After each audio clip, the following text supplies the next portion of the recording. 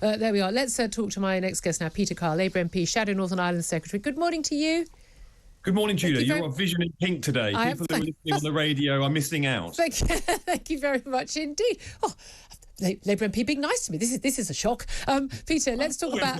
Let's talk. I know you are. Let's talk about. Let's talk about a Tory MP still in the job, being paid the same salary you are, not actually doing his job right now because he's in the celebrity jungle. Matt Hancock. Did you watch it last night? And what do you make of the decision of Matt Hancock to go into I'm a Celebrity? No, I did not watch it, Julia. I was in my office working till quite late last night. Look, Julia, I can't tell you, I genuinely, sincerely can't tell you what a privilege it is to have this job. When I won in 2015 and was elected in Hove and Portslade down on the south coast of England, I defeated a Tory in an election where Labour didn't do very well overall and we lost the election.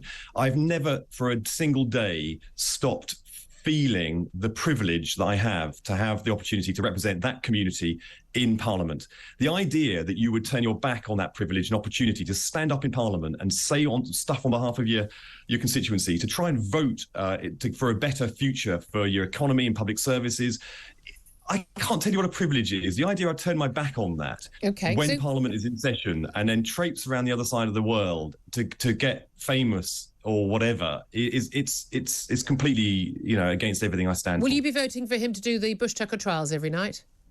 No, I wouldn't. I'm not going to engage in it. Although if there are clips on social media of him being put through hellish things, I'll watch it and I'll enjoy it, I expect. But I'm not going to actually get involved in watching the program. Well, the two other issues specifically I want to talk to you, the nurses' strike that was announced yesterday by the Royal College of Nursing. We've spoken to representatives who are very much supportive of that strike. This is coming at a very difficult time for the NHS. It's in crisis. It's in crisis every day of the year these days.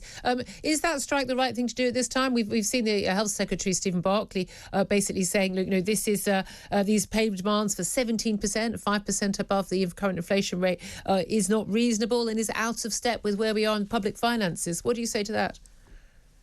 Well, the strikes shouldn't be happening, but you can't disassociate the strikes from happening from the circumstances that have led to it. So, just look at the underlying, economic challenges that are faced by people who are working in public services. They've had no significant pay rise for almost a decade.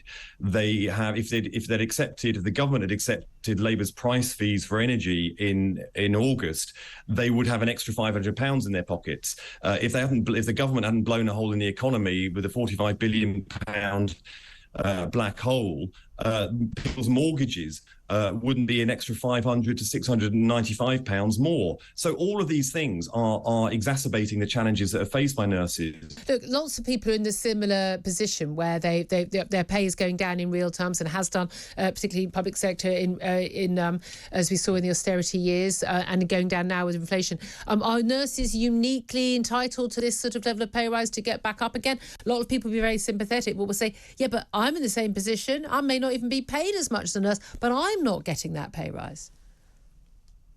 Many companies have actually settled through functional ways at the moment. It's interesting, though, that when it comes to transport, I think the Go Ahead Group and some of the others have settled in recent days with their unions, and they did it by acting functionally. The government needs to do the same now. The nurses and the Royal College of Nurses have now balloted for action. There is now a period where negotiations can unfold before that action takes place. They haven't set a date for it yet. So there's a small window of opportunity. I say to Steve Barclay, get around the table, stop posturing, stop lecturing the nurses via the airwaves and get into the office and start negotiating with them. We have a small opportunity to avert this.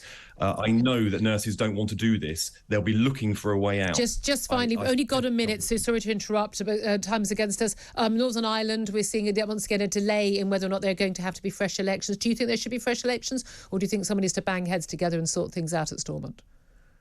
Well, they've got us into this mess. Chris Eaton-Harris said we shouldn't have elections. Now he is calling he said we should have elections. Now he's delaying the elections. The key thing is, we just had a 6-month period of where we changed the legislation to buy 6 months, but nothing happened. So the question for Chris Heaton-Harris is, what are you going to do in the next 3 months that you didn't do in the last 6 months? I would suggest that Chris Heaton-Harris glues himself to the Foreign Secretary, is the voice of Northern Ireland in the negotiations with the EU, delivers progress on the protocol. I expect the EU to act similarly, and they need to both make concessions, get a deal done in the next couple of weeks, and that's the only way to make progress in Northern Ireland. Good luck with that, everyone. Peter Carr will have to leave it there, Labour MP, Shadow Northern Ireland Secretary.